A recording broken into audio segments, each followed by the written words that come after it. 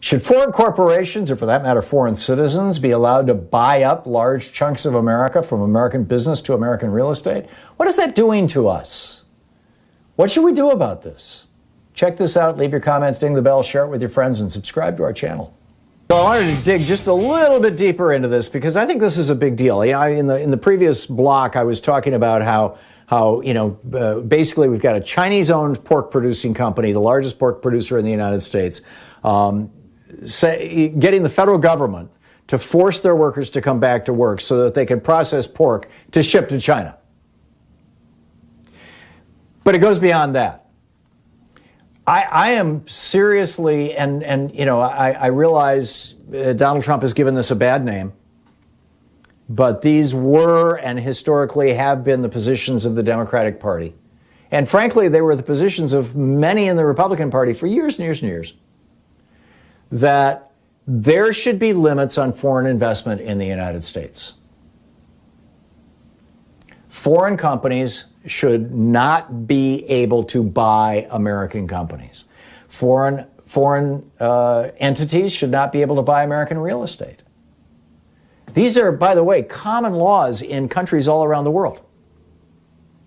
You know, 3/4 of Europe right now, you can't buy a house there and say, this is mine and I'm going to live here in the United States and I'm just buying it as an investment. You can't do it. You can't do it in much of Central and South America. You can't do it in Russia. You can't do it, I mean, but I'm talking about democracies here. You just generally can't do it. But you can in the United States. We've taken this very laissez-faire attitude and said, oh, it's just fine.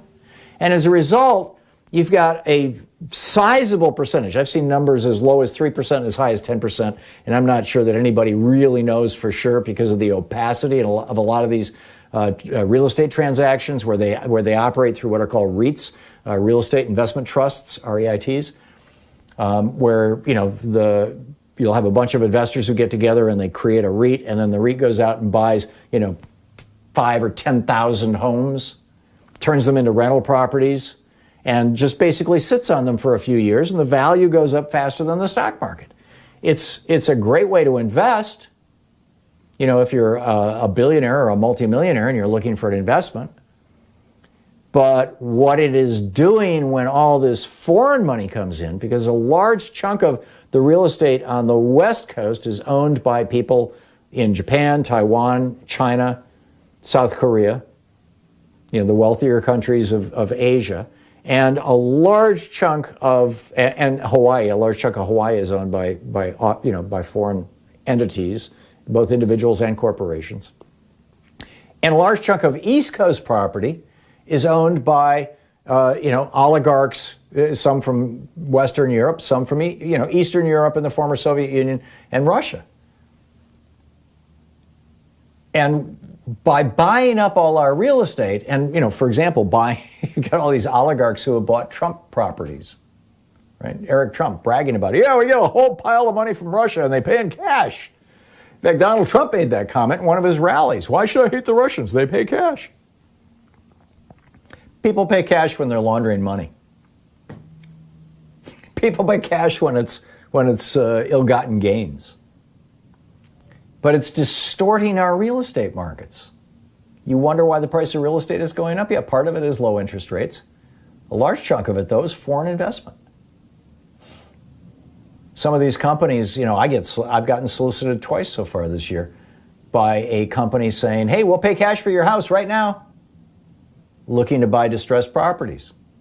You dig into it and you discover, hey, it's a giant investment company based in Tokyo or in Beijing, or in Los Angeles, and you look at who's on the board, and it's all people, or largely people, who are not Americans.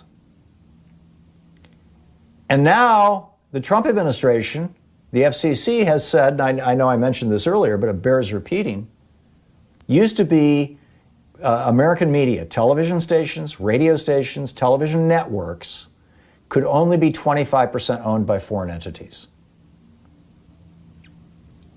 This week, or maybe it was Friday of last week, in the last 7 days, the Trump administration has changed that to say that foreign entities can buy 100% of American media. Specifically, who asked for this was Cumulus. Cumulus is a company that Dickey Brothers bought it out, And then, it went through private equity and it got burned. And it's just, it's the same thing with iHeartMedia. Basically, they've been used to extract cash for banksters. And now, broken, bloody, Cumulus is trying to sell themselves. And they can't find an American buyer. So they're saying, we want a foreign buyer. And the Trump administration says, okay, we'll change the rules. So you've got, I don't know how many radio stations they own right now. At their peak, they owned like 800. I think it's 400 now. In major markets in the United States. So is it going to be Voice of China? Voice of Saudi Arabia? Here's the official news brought to you by Mohammed bin Salman. I mean, is that the future of the United States?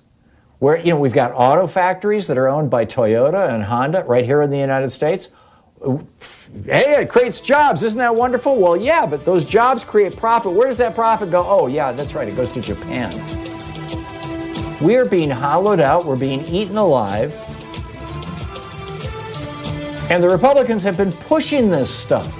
Nixon opened us to China. Reagan negotiated NAFTA. The whole free trade thing has come out of the Nixon and Reagan administrations. Bizarrely, Democrats get blamed for it because Trump picked up this cudgel.